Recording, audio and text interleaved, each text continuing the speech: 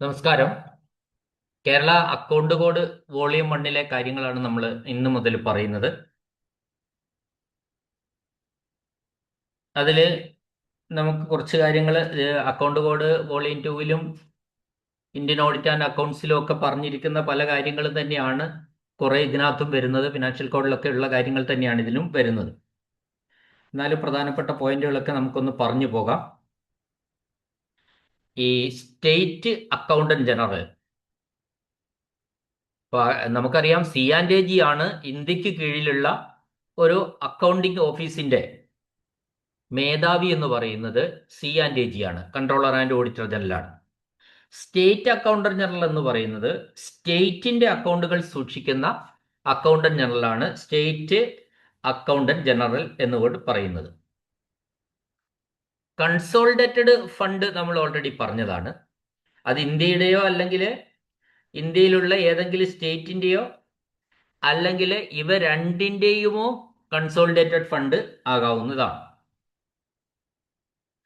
ഇനി കേന്ദ്ര സംസ്ഥാന സർക്കാരുകളുടെ അക്കൗണ്ടുകൾ സംബന്ധിച്ച് CAGക്ക് കോൺസ്റ്റിറ്റ്യൂഷന്റെ 149, 150 ആർട്ടിക്കിൾസ് പ്രകാരമാണ് അധികാരങ്ങളും ചുമതലകളും ശ്രദ്ധിച്ചിരിക്കുന്നത്.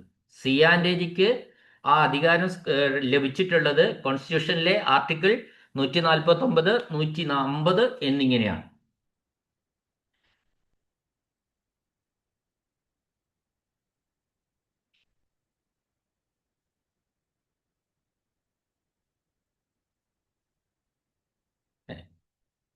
കേന്ദ്ര സർക്കാരിനും, അതായത് കൺസോൾട്ടേറ്റഡ് ഫണ്ടിനെ പറ്റിയാണ് നമ്മൾ പറയുന്നത്, കേന്ദ്ര സർക്കാരിനും സംസ്ഥാന സർക്കാരുകൾക്കും യഥാക്രമം ഈ കേന്ദ്ര കൺസോൾട്ടേറ്റഡ് ഫണ്ട് എന്നും സംസ്ഥാന കൺസോൾട്ടേറ്റഡ് ഫണ്ട് എന്നും പറയുന്ന രണ്ട് തരം ഉണ്ട്.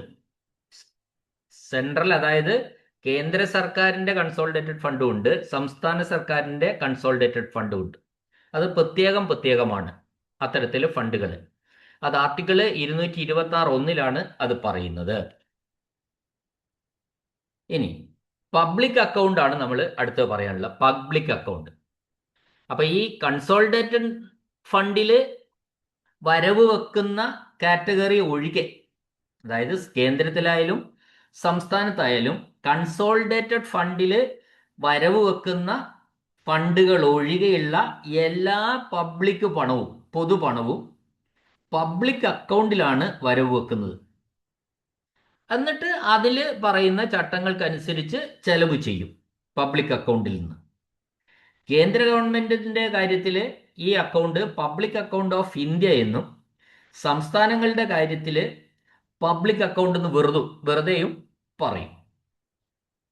അതാണ് പബ്ലിക് അക്കൗണ്ടിനെ പറ്റി പറയാം. അപ്പൊ പബ്ലിക് അക്കൗണ്ട് എന്ന് പറയുന്നത് ഏതിൽ വരില്ല? കൺസോൾട്ടേറ്റഡ് ഫണ്ടിൽ വരവ് വെക്കാവുന്ന തുകകൾ ഈ പബ്ലിക് അക്കൗണ്ടിൽ വരില്ല.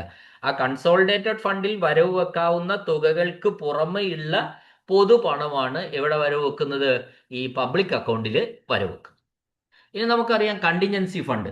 കണ്ടിൻജൻസി ഫണ്ട് എന്ന് പറയുമ്പോൾ തന്നെ ആകസ്മിക നിധിയാണ്. ഒരു ആകസ്മികമായിട്ടുണ്ടാകുന്ന ഫണ്ടാണ് അത് ഉപയോഗിക്കുന്നത്. അപ്പോൾ സാധാരണഗതിയിൽ പാർലമെന്റോ സംസ്ഥാന നിയമനിർമ്മാണ സഭയോ ഒരു അപ്രോപ്രിയേഷൻ നൽകാത്ത സാഹചര്യത്തിൽ, അല്ലെങ്കിൽ അതിന് റെഡിയാവാത്ത സാഹചര്യം ഉണ്ടാവുന്നതിന് അതിനിടയിൽ അപ്രതീക്ഷിതമായിട്ടുള്ള എന്തെങ്കിലും ചെലവുകൾ വന്നു കഴിഞ്ഞാൽ നമ്മൾ എവിടുന്ന ഈ ഫണ്ട് എടുക്കുന്നത്? ഈ ഫണ്ട് നമുക്ക് കണ്ടിൻജൻസി ഫണ്ട് നിന്ന് എടുക്കാം. അപ്പൊ നമ്മളൊരു വലിയ വെള്ളപ്പൊക്കം ഉണ്ടായി, അല്ലെങ്കിൽ പകർച്ചവ്യാധി ഉണ്ടായി, പെട്ടെന്ന് ചെലവ് ആവശ്യം വന്നു, അതിന് നമ്മൾ അപ്രോപ്രിയേഷന് നിയമസഭ കൂടാനൊന്നും നേരം ഉണ്ടായില്ല. അത്തരം ഒരു സാഹചര്യം വന്നാൽ നമുക്ക് അതിന് ആവശ്യമായ ചെലവ് പണം എവിടുന്ന് എടുക്കാം? കണ്ടിൻജൻസി ഫണ്ടിൽ നിന്ന് എടുക്കാം. അതിനുശേഷം അപ്രോപ്രിയേഷൻ നടത്തി നിയമസഭ പാസാക്കി അത് ഈ പണം, എടുത്ത പണം അങ്ങോട്ട് തിരിച്ചടയ്ക്കേണ്ടതാണ്. കണ്ടിൻജൻസി ഫണ്ടിൽ നിന്ന് എടുത്ത ഇതൊരു അഡ്വാൻസ് ആയിട്ടാണ് എപ്പോഴും നമ്മൾ കണ്ടിൻജൻസി ഫണ്ടിൽ നിന്ന് എടുക്കുന്നത്, ലോൺ ആയിട്ടാണ് എടുക്കുന്നത്. ശരിക്കും അത് തിരിച്ചടയ്ക്കേണ്ടതാണ്. അപ്പൊ അത് കേന്ദ്രത്തിന്റെ കണ്ടിൻജൻസി ഫണ്ട് എന്ന് പറയുന്നത് അതിന്റെ കൺട്രോളർ ശരിക്കും രാഷ്ട്രപതിയാണ്, പ്രസിഡന്റ് ആണ്. എന്നാൽ സംസ്ഥാനത്തിന്റെ കൺട്രോളർ എന്ന് പറയുന്നത്, ഈ കണ്ടിൻജൻസി ഫണ്ടിന്റെ കൺട്രോളർ എന്ന് പറയുന്നത് ഗവർണറാണ്.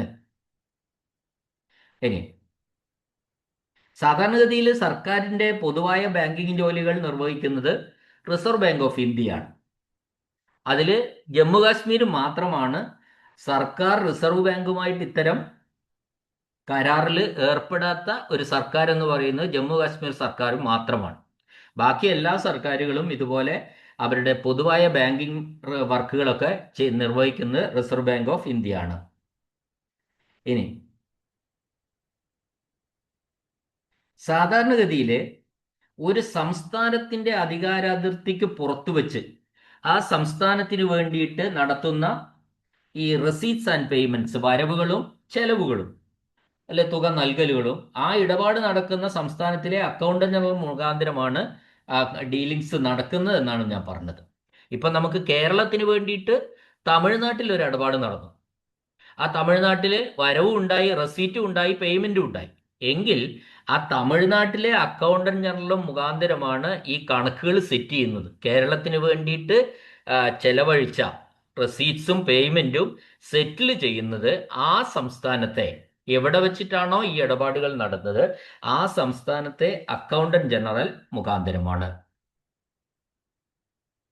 അടുത്ത ഇത് പറയാനുള്ളത്, റിസർവ് ബാങ്കിന്റെ ഓഫീസുകളിലോ ശാഖകളിലോ സർക്കാരിന് വേണ്ടി നടത്തുന്ന പണമിടപാടുകൾക്ക് കേന്ദ്ര സംസ്ഥാന സർക്കാരിന് വേണ്ടി രണ്ട് വ്യത്യസ്തമായ അക്കൗണ്ടുകൾ സൂക്ഷിക്കുന്നതാണ്. ഒന്ന് കേന്ദ്ര സർക്കാരിന്റെ ഇടപാടുകൾക്കും മറ്റൊന്ന് ആ ബാങ്ക് സ്ഥിതി ചെയ്യുന്ന സംസ്ഥാനത്തിന്റെ ഇടപാടുകൾക്കും. ഇതൊക്കെ നമ്മൾ പറഞ്ഞിട്ടുള്ളതാണ്. അപ്പൊ സർക്കാരിന് വേണ്ടിയിട്ട് പണമിടപാട് നടത്തുന്ന റിസർവ് ബാങ്കിന്റെ ഓഫീസിലോ ശാഖയിലോ ഒക്കെ എങ്ങനെയാണ് രണ്ട് അക്കൗണ്ട് സൂക്ഷിക്കും. ഒന്ന് കേന്ദ്ര സർക്കാരിന് വേണ്ടിയിട്ട്, മറ്റൊന്ന് സംസ്ഥാനത്തിന് വേണ്ടിയിട്ട്. ഇനി റിസർവ് ബാങ്കിന്റെ ഓഫീസുകളിലോ ശാഖകളിലോ ഉള്ള റെയിൽവേ, തപാല്, ഡിഫൻസ് എന്നിവയുടെ ഇടപാടുകളെ മറ്റു കേന്ദ്ര പണമിടപാടുകളിൽ നിന്നും വേർതിരിച്ചിട്ട്, അപ്പൊ അത് ഡിഫൻസ്, തപാല്, റെയിൽവേ ഒക്കെ സെപ്പറേറ്റ് ആണ്. അത് മൊത്തത്തിലുള്ള ഗവൺമെന്റ് പണമിടപാടുകളിന്റെ കൂട്ടത്തിലല്ല വരുന്നത്. അത് റെയിൽവേ, തപാൽ, deputy accountant general, controller of defence എന്നിങ്ങനെയൊക്കെ വേർതിരിച്ചാണ് അക്കൗണ്ടുകളിൽ കാണിക്കുന്നത്. അപ്പോൾ അത് പൊതുവായ ഒരു ഗവൺമെന്റ് അക്കൗണ്ട് അല്ല. റെയിൽവേക്ക് വേറെ, തപാൽ വകുപ്പിന് വേറെ, ഡിഫൻസിന് വേറെ അക്കൗണ്ടുകളാണ് കാണിക്കുക. ഇനി ബാങ്കുമായിട്ടുള്ള കേന്ദ്ര സംസ്ഥാന സർക്കാരുകളുടെ എല്ലാ കണക്കുകളും ബാങ്കുമായിട്ട് ഉള്ള നാഗ്പൂരിലുള്ള റിസർവ് ബാങ്കിന്റെ കേന്ദ്ര അക്കൗണ്ട് സെക്ഷനാണ് സൂക്ഷിക്കുന്നത്. ഇത് വളരെ പ്രധാനപ്പെട്ട പോയിന്റ് ആട്ടോ കേട്ടോ. സാധാരണ ചോദിക്കുക, ഈ ബാങ്കുമായിട്ടുള്ള കേന്ദ്ര സംസ്ഥാന സർക്കാരുകളുടെ എല്ലാ കണക്കുകളും റിസർവ് ബാങ്കിന്റെ കേന്ദ്ര അക്കൗണ്ട് സെക്ഷനാണ് സൂക്ഷിക്കുന്നത്. റിസർവ് ബാങ്കിന്റെ കേന്ദ്ര അക്കൗണ്ട് സെക്ഷൻ എന്ന് പറയുന്നത് അത് നാഗ്പൂരിലാണ്. അപ്പൊ നാഗ്പൂരിലുള്ള റിസർവ് ബാങ്കിന്റെ കേന്ദ്ര അക്കൗണ്ട് സെക്ഷനാണ് ബാങ്കുമായിട്ടുള്ള എല്ലാ കേന്ദ്ര സംസ്ഥാന സർക്കാരുകളുടെ എല്ലാ കണക്കുകളും സൂക്ഷിക്കുന്നത്. ഇനി ഒരു സംസ്ഥാന ട്രഷറിയിലെ ക്യാഷ് ബാലൻസ് ബന്ധപ്പെട്ട സംസ്ഥാനത്തിന്റെ കൺസോളിഡേറ്റഡ് ഫണ്ടിന്റെയും കണ്ടിജൻസി ഫണ്ടിന്റെയും പബ്ലിക് ഫണ്ടിന്റെയും ഭാഗമായിരിക്കുന്നതാണ്. മനസ്സിലായിട്ടുണ്ടാവും. ഒരു സ്റ്റേറ്റ് ട്രഷറിയിലെ ക്യാഷ് ബാലൻസ് എന്ന് പറയുന്നത് അത് സംസ്ഥാനത്തിന്റെ കൺസോളിഡേറ്റഡ് ഫണ്ടിന്റെയും സംസ്ഥാനത്തെ കണ്ടിജന്റ് ഫണ്ടിന്റെയും സംസ്ഥാനത്തെ പബ്ലിക് അക്കൗണ്ടിന്റെയും ഭാഗമാണ് ഈ ക്യാഷ് ബാലൻസ് എന്ന് പറയുന്നത്.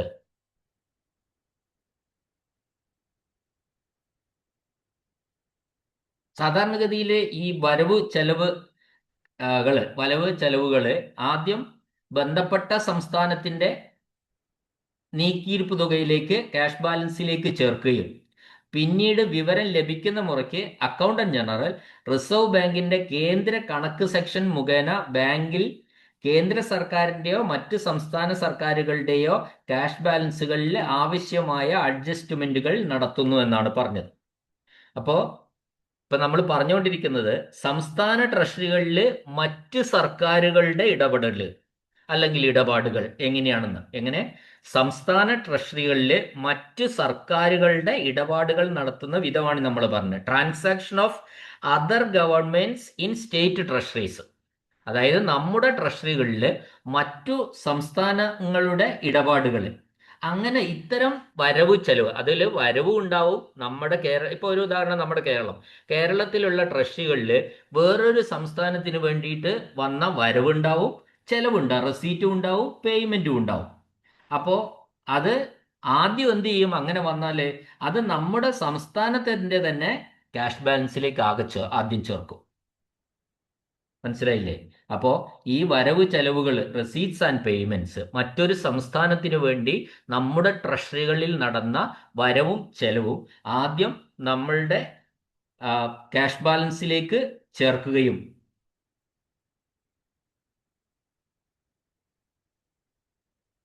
അങ്ങനെയല്ല, നമ്മൾ ഈ ക്യാഷ് ബാലൻസുകൾ, അതായത് റെസീറ്റും പേയ്മെന്റ്സും നമ്മൾ ആദ്യം ചെയ്യുന്നതെന്ന് പറഞ്ഞാൽ ആ സംസ്ഥാനത്തിന്റെ ഒരു ക്യാഷ് ബാലൻസ് ഉണ്ടാവും. നമ്മളെ ട്രഷറിയിൽ ഇപ്പോൾ തമിഴ്നാടിന് വേണ്ടിയിട്ടാണ് ഒരു റെസീറ്റും പേയ്മെന്റും നടന്നതെങ്കിൽ ഈ കേരളത്തിലുള്ള ട്രഷറിയിൽ അവർക്ക് വേണ്ടിയിട്ട് ഒരു ക്യാഷ് ബാലൻസ് ഉണ്ടാവും, അക്കൗണ്ട് ഉണ്ടാവും. അതിലേക്ക് ആദ്യം ചേർക്കുകയും പിന്നീട് നമുക്ക് അതെന്ത് ചെയ്യും? ജനറൽ അക്കൗണ്ടന്റ് ജനറൽ റിസർവ് ബാങ്കിന്റെ സെൻട്രൽ സെക്ഷൻ മുഖേന കേന്ദ്ര സർക്കാരിന്റെയോ മറ്റ് സംസ്ഥാന സർക്കാരുകളുടെയോ പിന്നെ ക്യാഷ് ബാലൻസുകളിലേക്ക് അഡ്ജസ്റ്റ് ചെയ്യുകയാണ് ചെയ്യുന്നത്. അപ്പൊ എല്ലാ അക്കൗണ്ടുകളും മറ്റ് സംസ്ഥാനങ്ങൾക്ക് വേണ്ടിയിട്ടുള്ളതും മറ്റ് കേന്ദ്രത്തിന് വേണ്ടിയിട്ടുള്ളതും ഇടപാടുകളൊക്കെ തന്നെ എതിലേ കൂടിയാണ് നടക്കണമെന്നാണ് നമ്മൾ പറഞ്ഞത്? റിസർവ് ബാങ്കിന്റെ നാഗ്പൂരിലുള്ള കേന്ദ്ര കണക്ക് സെക്ഷൻ മുഖേനയാണ് ഈ അഡ്ജസ്റ്റ്മെന്റ് നടക്കേണ്ടത്. അപ്പോൾ ബന്ധപ്പെട്ട സംസ്ഥാനത്തിന്റെ ക്യാഷ് ബാലൻസിൽ ആദ്യം ചേർക്കുമെങ്കിലും പിന്നീട് ഈ സെൻട്രൽ സെക്ഷൻ മുഖേന ബന്ധപ്പെട്ട സംസ്ഥാന സർക്കാരുകളുടെയോ കേന്ദ്ര ഗവൺമെന്റിന്റെയോ ക്യാഷ് ബാലൻസ് അക്കൗണ്ടിലേക്ക് അഡ്ജസ്റ്റ് ചെയ്യുകയാണ് ചെയ്യുന്നത്. ഇനി കേന്ദ്ര ട്രഷറിയിലെ സംസ്ഥാന ഇടപാടുകൾ എങ്ങനെയായിരിക്കും? State transaction in central treasuries. അപ്പോൾ കേന്ദ്ര സർക്കാരിന്റെ ട്രഷറികളിൽ സംസ്ഥാന സർക്കാരിന്റെ ഇടപാടുകൾ വന്നാൽ അത് ആദ്യം കേന്ദ്ര സർക്കാരിന്റെ ക്യാഷ് ബാലൻസിൽ പെടുത്തും. പറയുന്നത് മനസ്സിലാവുന്നുണ്ടാവും വിചാരിക്കുന്നു. കേന്ദ്ര ട്രഷറിയിൽ അല്ല, കേന്ദ്ര സർക്കാരിന്റെ ട്രഷറിയിൽ സംസ്ഥാന സർക്കാരുകളുടെ പേരിലുള്ള ഇടപാടുകൾ വന്നാൽ അവരാദ്യം എന്ത് ചെയ്യും? ഈ ഇടപാടുകൾ കേന്ദ്ര സർക്കാരിന്റെ ക്യാഷ് ബാലൻസുകളായിട്ട് കണക്കാക്കും. പിന്നീട് റിസർവ് ബാങ്കിന്റെ കേന്ദ്ര സർക്കാർ സെക്ഷൻ മുഖാന്തരം, അത് നാഗ്പൂരിലാണ്, മുഖാന്തരം സംസ്ഥാന ക്യാഷ് ബാലൻസിൽ ആ അക്കൗണ്ടന്റ് ജനറൽ അത് അഡ്ജസ്റ്റ് ചെയ്യും. ഇതാണ് നടക്കുന്നത്. ഇനി കേന്ദ്ര സംസ്ഥാന ഗവൺമെന്റുകളുടെ പേരിലുള്ള ഇന്ത്യയിലെ എല്ലാ വരവുകളും, കേന്ദ്രത്തിന്റെ ആയാലും സംസ്ഥാനത്തിന്റെ ആയാലും പിന്നെ പേരിലുള്ള ഇന്ത്യയിലെ എല്ലാ വരവുകളും ഒരു ട്രഷറിയിലോ ബാങ്കിലോ ആണ് നമ്മൾ അടയ്ക്കേണ്ടത്.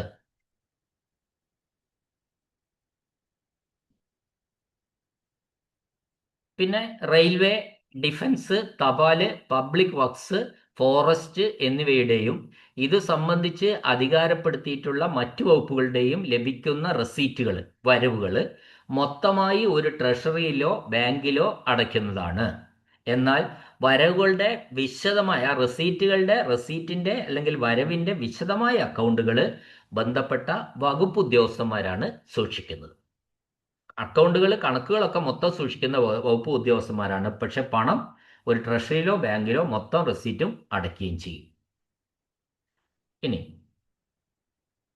കേന്ദ്ര സംസ്ഥാന സർക്കാരുകൾക്ക് വേണ്ടി ഇന്ത്യയിൽ നടത്തുന്ന പേയ്മെന്റ്സ് അല്ലെ തുക നൽകലുകൾ സാധാരണ ട്രഷറി മുഖേന്ദ്രയോ അല്ലെങ്കിൽ ബാങ്ക് മുഖേനയോ ആണ് സാധാരണഗതിയിൽ നടക്കുന്നത്. അതൊക്കെ നമുക്ക് അറിയുന്ന കാര്യമാണ്. കേന്ദ്ര സംസ്ഥാന സർക്കാരുകൾക്ക് വേണ്ടിയിട്ട് ഇന്ത്യയിൽ നടക്കുന്ന ഒരു പേയ്മെന്റ് സാധാരണ ഏത് വഴിയാണ്? ഒന്നുകിൽ ട്രഷറി മുഖേന അല്ലെങ്കിൽ ബാങ്ക് മുഖേനയാണ് നടക്കുന്നത്. ഓരോ മാസത്തിന്റെയും തുടക്കത്തിൽ ഓരോ അക്കൗണ്ടന്റ് ജനറലിനും തന്റെ അധികാര പരിധിയിൽപ്പെട്ട ട്രഷറികളിൽ നിന്ന് ആവശ്യമായ പട്ടികകൾ, വൗച്ചറുകൾ മുതലായവ അടക്കം മുൻമാസം ട്രഷറിയിൽ നടന്ന പണമിടപാടുകൾ സംബന്ധിച്ച പ്രതിമാസ കണക്കുകൾ ലഭിക്കുന്നതാണ്. ഇനി ഓരോ സംസ്ഥാന സർക്കാരിന്റെയും പ്രതിമാസ അക്കൗണ്ടുകളുടെ ഒരു പകർപ്പ് ബന്ധപ്പെട്ട അക്കൗണ്ടന്റ് ജനറൽ പ്രസ്തുത സർക്കാരിന് സമർപ്പിക്കും.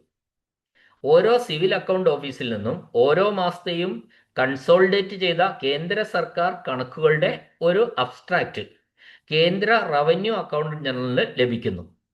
ഈ അക്കൗണ്ടുകളും അക്കൗണ്ടന്റ് ജനറലിന്റെ ഓഫീസിൽ തയ്യാറാക്കിയ അക്കൗണ്ടുകളും കേന്ദ്ര സർക്കാരിന് സമർപ്പിക്കുന്നതിന് വേണ്ടി ഒരു ഒറ്റ പ്രതിമാസ അക്കൗണ്ടുമായിട്ട് അത് മെർജ് ചെയ്യും. ഇനി തപാല്, റെയിൽവേ, ഡിഫൻസ് സർവീസ് എന്നിവയുടെ ക്യുമുലേറ്റ് ചെയ്യപ്പെട്ട അല്ലെങ്കിൽ എല്ലാം കൂടെ കൂട്ടിച്ചേർത്ത വാർഷിക അക്കൗണ്ടുകൾ കേന്ദ്ര റവന്യൂ അക്കൗണ്ടന്റ് ജനറലിന് യഥാക്രമം തപാലിന്റെ അക്കൗണ്ടന്റ് ജനറലും റെയിൽവേ ബോർഡിന്റെ അക്കൗണ്ടന്റ് ജനറലും ഡിഫൻസിന്റെ കൺട്രോൾ ജനറലും ആർക്ക് സമർപ്പിക്കണം? വാർഷിക അക്കൗണ്ടുകൾ, ക്യുമുലേറ്റ് ചെയ്ത വാർഷിക അക്കൗണ്ടുകൾ കേന്ദ്ര റവന്യൂ അക്കൗണ്ടന്റ് ജനറലിന് ഈ വിഭാഗക്കാർ സമർപ്പിക്കണം. ആരൊക്കെ? തപാലിന്റെ അക്കൗണ്ടന്റ് ജനറൽ, റെയിൽവേ ബോർഡിന്റെ അക്കൗണ്ടന്റ് ജനറൽ, ഡിഫൻസ് സർവീസിന്റെ കൺട്രോൾ ജനറൽ. ഈ 3 പേരും ആർക്ക്? റെയിൽവേ എന്നിവയുടെ ക്യുമുലേറ്റീവ് വാർഷിക അക്കൗണ്ടുകൾ ആർക്ക് സമർപ്പിക്കണം? കേന്ദ്ര റവന്യൂ അക്കൗണ്ടന്റ് ജനറലിന് സമർപ്പിക്കണം. എന്നിട്ട് ഇതിന്റെ ഒരു പകർപ്പ് ഇവര് ഈ കേന്ദ്ര റവന്യൂ അക്കൗണ്ടന്റ് ജനറലിന് സമർപ്പിച്ചതിന് ശേഷം ഇതിന്റെ ഒരു പകർപ്പ് CAGക്ക് സമർപ്പിക്കണം. അപ്പൊ 3 പേര് അതാത് തപാലിന്റെയും റെയിൽവേന്റെയും ഡിഫൻസിന്റെയും അക്കൗണ്ടന്റ് ജനറൽമാര് അവരുടെ വർഷത്തെ ക്യുമുലേറ്റീവ് വാർഷിക അക്കൗണ്ടുകൾ കേന്ദ്ര റവന്യൂ അക്കൗണ്ടന്റ് ജനറലിന് സമർപ്പിച്ച് അതിന്റെ ഒരു കോപ്പി CAGക്ക് സമർപ്പിക്കേണ്ടതാണ്.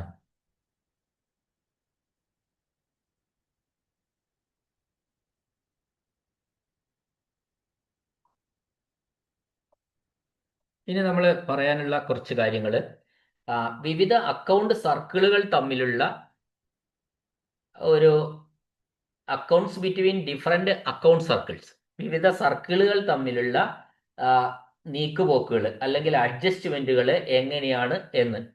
അതിലൊന്നാണ് സെറ്റിൽമെന്റ് അക്കൗണ്ട് എന്ന് പറയും. ഇപ്പൊ സെറ്റിൽമെന്റ് അക്കൗണ്ട് എന്ന് പറഞ്ഞാൽ ഒരു മാസത്തില് ഒരു സംസ്ഥാനത്തിന്റെ അക്കൗണ്ടിൽ ഉൾപ്പെട്ടതും എന്നാൽ മറ്റൊരു സംസ്ഥാനവുമായി ബന്ധപ്പെട്ടതുമായ ഇടപാടുകൾ ആ മാസത്തിന് ശേഷം അടുത്ത മാസത്തിൽ തീർപ്പാക്കേണ്ടതുണ്ട്.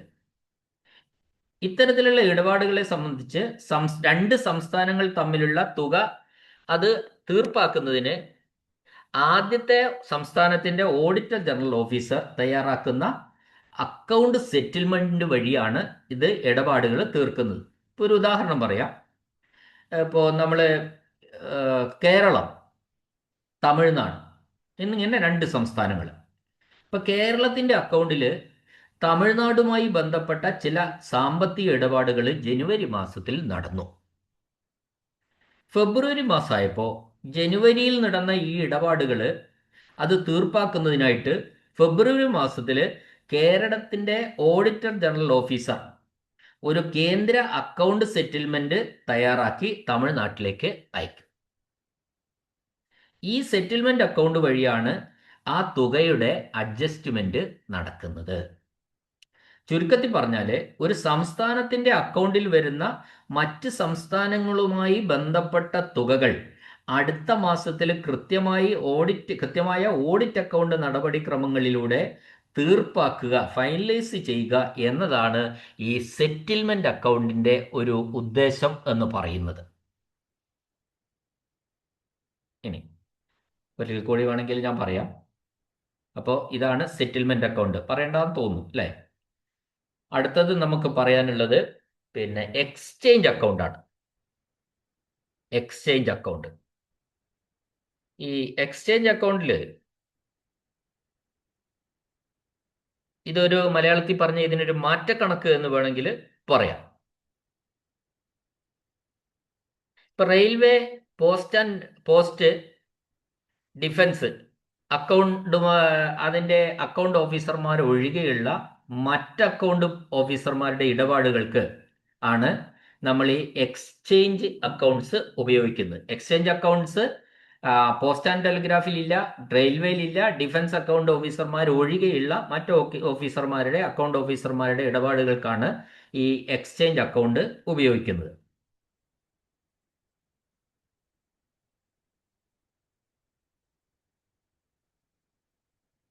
ഒരു ഉദാഹരണം, ഒരു സിവിൽ അക്കൗണ്ട് ഓഫീസർ കൈകാര്യം ചെയ്യുന്ന ഒരു തുക ഒരു ഉദാഹരണത്തിന് ഒരു സേവനവുമായിട്ട് ബന്ധപ്പെട്ട ഒരു ചെലവ്, അത് മറ്റൊരു സംസ്ഥാനത്തിന്റെ അക്കൗണ്ട് ഓഫീസർ സൂക്ഷിക്കുന്ന അക്കൗണ്ടിൽ നിന്ന് അഡ്ജസ്റ്റ് ചെയ്യേണ്ടി വരുന്നു എന്ന് നമ്മൾ വിചാരിക്കുക. ഈ രണ്ട് ഓഫീസർമാര് നേരിട്ട് പണമിടപാട് നടത്തുന്നതിന് പകരം ഈ ഇടപാട് എക്സ്ചേഞ്ച് അക്കൗണ്ട്സ് എന്ന സംവിധാനം വഴി ബുക്ക് ട്രാൻസാക്ഷനായി രേഖപ്പെടുത്തിയിട്ട് തീർപ്പാക്കുകയാണ്. ഇതാണ് എക്സ്ചേഞ്ച് അക്കൗണ്ട്സിന് ഒരു ഉദാഹരണം എന്ന് പറയുന്നത്, എക്സ്ചേഞ്ച് അക്കൗണ്ട്സ്. അപ്പോൾ അതായത് ഒരു സേവനവുമായി ബന്ധപ്പെട്ട ചെലവ്, ഒരു സിവിൽ അക്കൗണ്ട് ഓഫീസർ കൈകാര്യം ചെയ്യുന്ന ഒരു തുക. അപ്പോൾ ഇതൊരു എക്സ്ചേഞ്ച് ആണ്, മാറ്റക്കണക്ക് ആണ്. അത് നമ്മൾ ഉദാഹരണ സഹിതമാണ് ഇവിടെ പറഞ്ഞത്. ഒരു മറ്റൊരു സംസ്ഥാനത്തിന്റെ അക്കൗണ്ട് ഓഫീസർ സൂക്ഷിക്കുന്ന അക്കൗണ്ടിൽ നിന്ന് ക്രമീകരിക്കേണ്ടി വരികയാണ്. അപ്പോൾ അങ്ങനെ ക്രമീകരിക്കേണ്ടി വന്നു കഴിഞ്ഞാൽ, അതായത് ഒരു സിവിൽ അക്കൗണ്ട് ഓഫീസർ കൈകാര്യം ചെയ്യുന്ന ഒരു തുക, അതൊരു സേവനവുമായിട്ട് സർവീസുമായി ബന്ധപ്പെട്ട ഒരു ചെലവാണ്. മറ്റൊരു സംസ്ഥാനത്തിന്റെ അക്കൗണ്ട്സ് ഓഫീസർ സൂക്ഷിക്കുന്ന അക്കൗണ്ടിൽ നിന്നാണ് അത് നമുക്ക് ലഭിക്കേണ്ടത്. അങ്ങനെയെങ്കിൽ ഈ രണ്ട് ഓഫീസർമാർ നേരിട്ട് ഫിസിക്കലായിട്ട് ഒരു പണമിടപാട് നടത്തുന്നതിന് പകരം ഈ ഇടപാട് എക്സ്ചേഞ്ച് അക്കൗണ്ട്സ് അല്ലെങ്കിൽ മാറ്റക്കണക്കുകൾ എന്ന സംവിധാനം വഴി ബുക്ക് ട്രാൻസാക്ഷൻ ആയിട്ട് രേഖപ്പെടുത്തിയിട്ട് അത് ഫൈനലൈസ് ചെയ്യുകയാണ് ചെയ്യുന്നത്.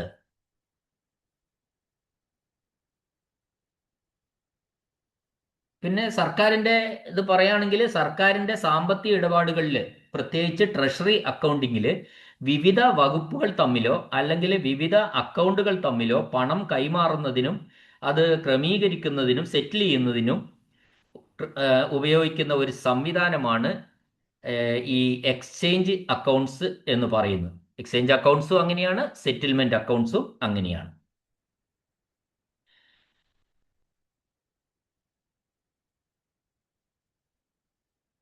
ഇപ്പോൾ എക്സ്ചേഞ്ച് അക്കൗണ്ട്സ് വേറൊരു വിധത്തിൽ പറഞ്ഞാൽ, ഒരു ഉദാഹരണത്തിന് രണ്ട് ട്രഷറികൾ, വ്യത്യസ്ത ട്രഷറികൾ അല്ലെങ്കിൽ രണ്ട് വ്യത്യസ്ത സർക്കാരുകൾ, ഉദാഹരണത്തിന് സംസ്ഥാന സർക്കാരും കേന്ദ്ര സർക്കാരും തമ്മിൽ പണമിടപാട് നടത്തുമ്പോൾ അത് നേരിട്ട് ചെയ്യാൻ കഴിയില്ല.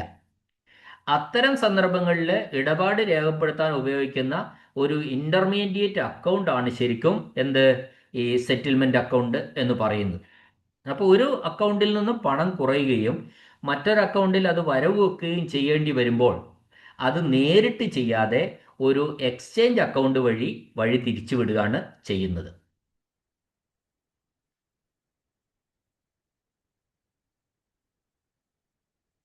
അപ്പോൾ അതിനൊരു ഉദാഹരണം പറഞ്ഞാൽ, ഇപ്പോൾ കേരള സർക്കാരിൻ്റെ കീഴിലുള്ള ഒരു വകുപ്പ് കേന്ദ്ര സർക്കാരിൻ്റെ കീഴിലുള്ള ഒരു ഏജൻസിക്ക് എന്തെങ്കിലും സേവനത്തിനായിട്ട് പണം നൽകേണ്ടി വരുന്നു എന്ന് കരുതുക.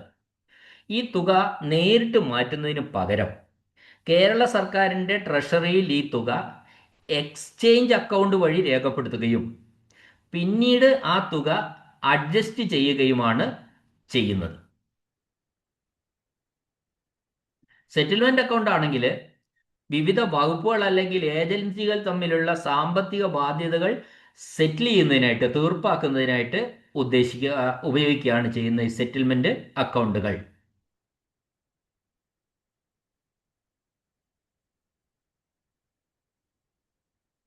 അപ്പം അതാണ് അതിനെ സംബന്ധിച്ച് പറയാനുള്ളത്.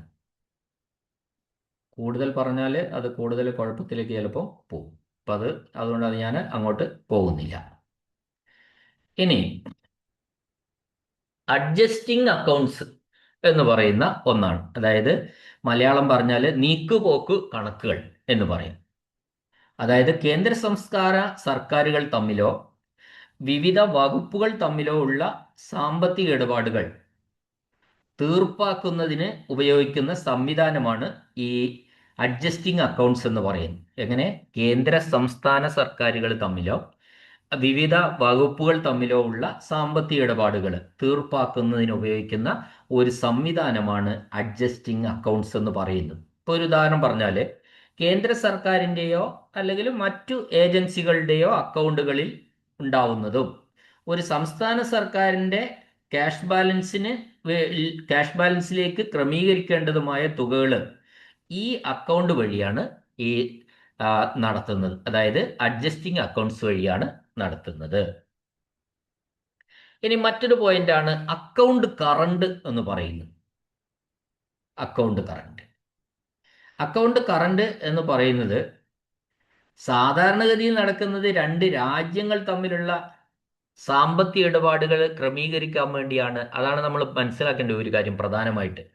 ഇപ്പോൾ ഇംഗ്ലണ്ടും ഇന്ത്യയും തമ്മിലുള്ള സാമ്പത്തിക ഇടപാടുകൾ അക്കൗണ്ട് കറണ്ട് മുഖേന എല്ലാ മാസവും ഇന്ത്യയിലേക്ക് മാറ്റുന്ന രീതി നമുക്ക് ഇതിനൊരു ഉദാഹരണമായിട്ട് എടുക്കാം. അപ്പോൾ അക്കൗണ്ട് കറണ്ട് പ്രധാനമായിട്ടും നമ്മൾ ഉപയോഗിക്കുന്നത് അതൊരു രീതിയാണ്. പിന്നെ അക്കൗണ്ട് കൈമാറ്റം ചെയ്യുന്ന രീതിയാണ്.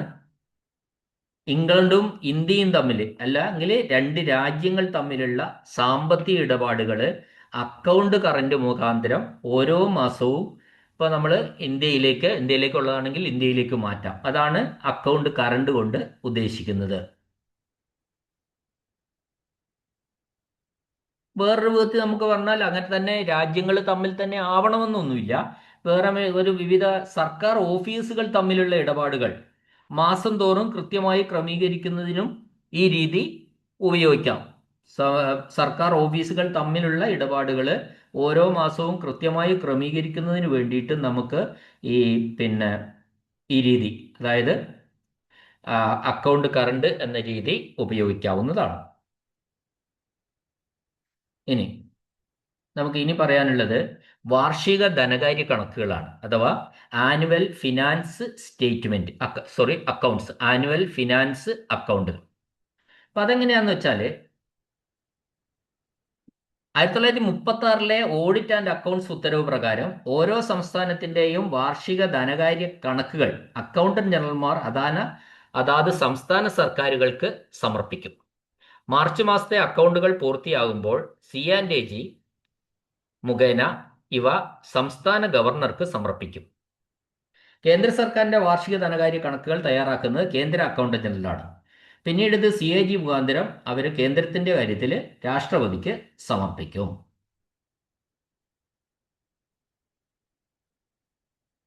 ഇനി നമുക്ക് പറയാനുള്ളത്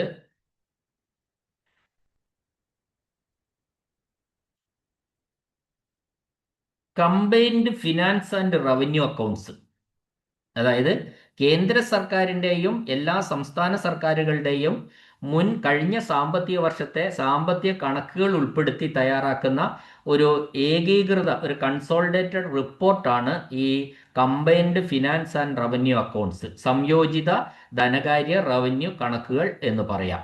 ഇത് തയ്യാറാക്കുന്നത് CA&G ആണ്. ഇത് CA&G തയ്യാറാക്കി രാഷ്ട്രപതിക്ക് സമർപ്പിക്കേണ്ടതാണ്. ഇതിന്റെ ഉദ്ദേശം എന്താണെന്ന് വെച്ചാൽ രാജ്യത്തെ കേന്ദ്ര സംസ്ഥാന സർക്കാരുകളുടെ വിവിധ പ്രവർത്തനങ്ങളുമായി ബന്ധപ്പെട്ട വരവ് ചെലവ് കണക്കുകളുടെ ഒരു സമ്പൂർണ്ണ ചിത്രം ഇതിലൂടെ രാഷ്ട്രപതിയെ അറിയിക്കുകയാണ് ഇതിന്റെ ഒരു പ്രധാനപ്പെട്ട ഉദ്ദേശം.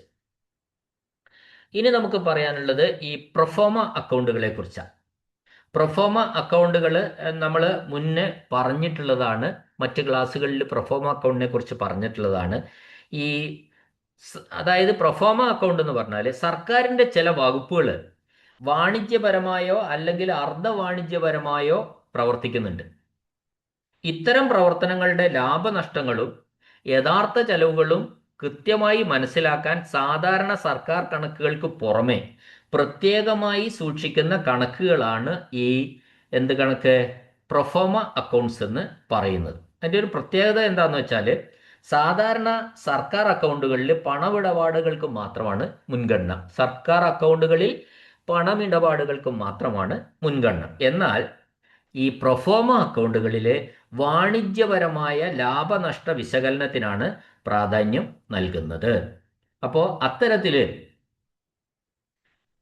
ഈ കണക്കുകൾ സൂക്ഷിക്കേണ്ടത് CA&Gയുടെ അംഗീകരിച്ച രീതിയിൽ അതത് വകുപ്പ് അധികാരികളാണ് സൂക്ഷിക്കേണ്ടത്.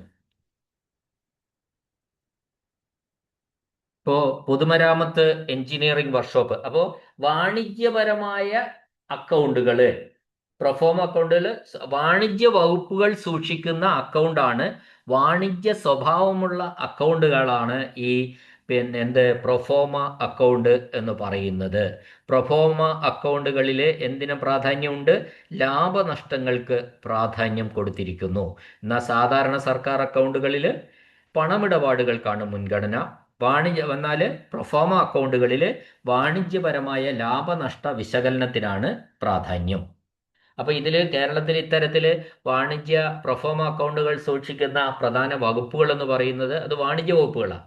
പൊതുമരാമത്ത് എഞ്ചിനീയറിംഗ് വർക്ക്ഷോപ്പ് തിരുവനന്തപുരം, പാഠക പുസ്തക വകുപ്പ്, റവന്യൂ മൂലധന അക്കൗണ്ടുകൾ, ക്യാപിറ്റൽ അക്കൗണ്ടുകൾ സൂക്ഷിക്കേണ്ട ജലസേചന പദ്ധതികൾ, സംസ്ഥാന ജലഗതാഗത വകുപ്പ്, മാതൃക കയർ factory Beypore, bleaching and calendering plant Pappanamcode, ഇവരൊക്കെ എന്ത് സൂക്ഷിക്കുന്നുണ്ട്?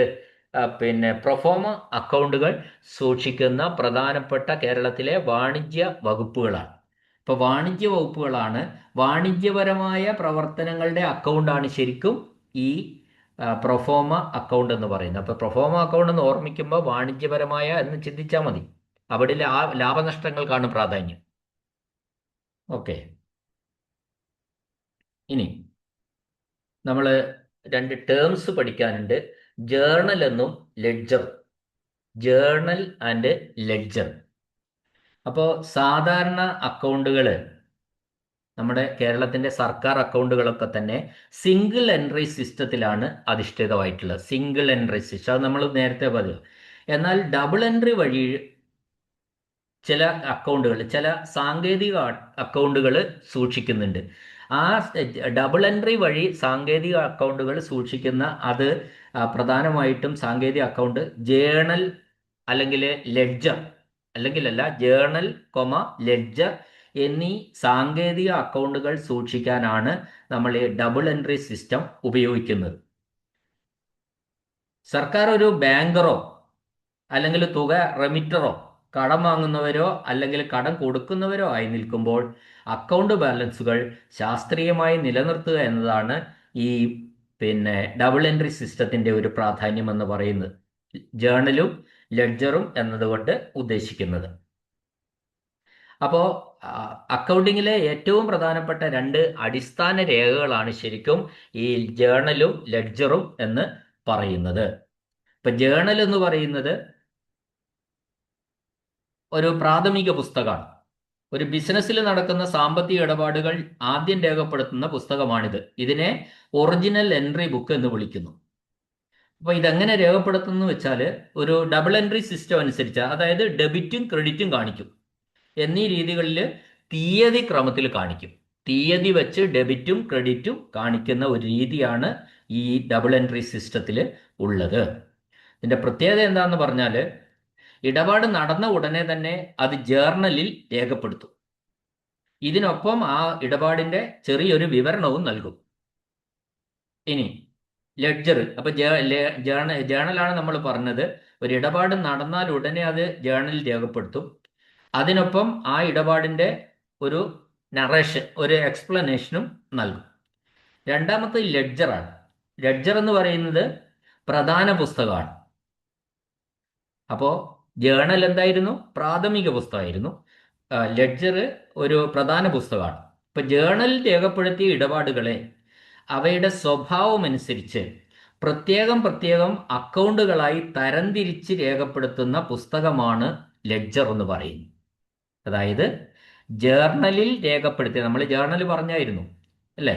ജേർണൽ എന്ന് പറയുന്നത് ഒരു പ്രാഥമിക പുസ്തകമാണ്. ഒരു ബിസിനസ്സിൽ നടക്കുന്ന സാമ്പത്തിക ഇടപാടുകൾ ആദ്യം രേഖപ്പെടുത്തുന്ന പുസ്തകമാണിത്. ഇതിനെ ഒറിജിനൽ എൻട്രി ബുക്ക് എന്ന് വിളിക്കുന്നു. ഇത് ഡബിൾ എൻട്രി സിസ്റ്റം അനുസരിച്ചാണ്. അത് ഡെബിറ്റ്, ക്രെഡിറ്റ്, തീയതി എന്ന ക്രമത്തിലാണ് അത് രേഖപ്പെടുത്തുന്നത്. എന്നാൽ ലെഡ്ജർ ആണെങ്കിൽ ഈ ജേർണലിൽ രേഖപ്പെടുത്തിയ രേഖപ്പെടുത്തിയ ഇടപാടുകളെ അവയുടെ സ്വഭാവം അനുസരിച്ച് പ്രത്യേകം അക്കൗണ്ടുകളായി തരംതിരിച്ച് രേഖപ്പെടുത്തുന്ന പുസ്തകമാണ് ലെഡ്ജർ എന്ന് പറയുന്നത്. ഈ ജേർണലിൽ നിന്ന് വിവരങ്ങൾ എടുത്ത് അതാത് അക്കൗണ്ടുകളിലേക്ക് മാറ്റി എഴുതുന്ന പ്രക്രിയയാണ് നമ്മളിവിടെ ഈ ലെഡ്ജറിൽ നടത്തുന്നത്. ഇപ്പോൾ ഒരു പ്രത്യേക കാലയളവിൽ ഒരു പ്രത്യേക അക്കൗണ്ടിന്റെ നിലവിലെ അവസ്ഥ അറിയാൻ ലെഡ്ജർ സഹായിക്കുന്നുണ്ട്. ഇപ്പോ ഇതാണ് എന്ത് ജേണലും ലെഡ്ജറും തമ്മിലുള്ള വ്യത്യാസം. ഇപ്പോൾ അത് വ്യത്യാസം വേണമെങ്കിൽ നമുക്കൊന്നുകൂടി പറയാം. തമ്മിൽ ഉള്ള പ്രധാന വ്യത്യാസം, ഇതൊരു പ്രാഥമിക രേഖയാണ് ജേണല്, മറ്റത് പ്രധാനപ്പെട്ട രേഖയാണ്. രേഖപ്പെടുത്തൽ എന്ന് പറഞ്ഞാൽ ജേണലില് തീയതി ക്രമത്തിലാണ്, അക്കൗണ്ട് ക്രമത്തിൽ.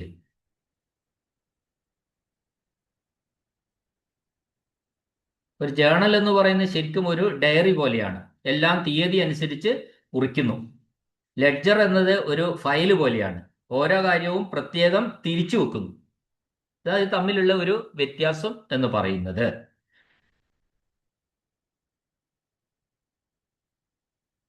ഓക്കെ, നമുക്ക് ഇത്രയും കാര്യങ്ങളാണ് ഇതിനകത്തൂടി കടന്നു പോകാനുള്ളത്. കേൾക്കുമ്പോൾ റിപ്പീറ്റ് ചെയ്ത് പറയുന്നത് പോലെ നമുക്ക് തോന്നും.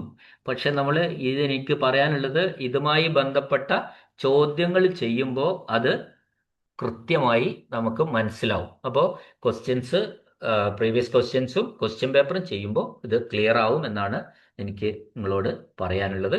കേട്ട എല്ലാവർക്കും നന്ദി, നമസ്കാരം.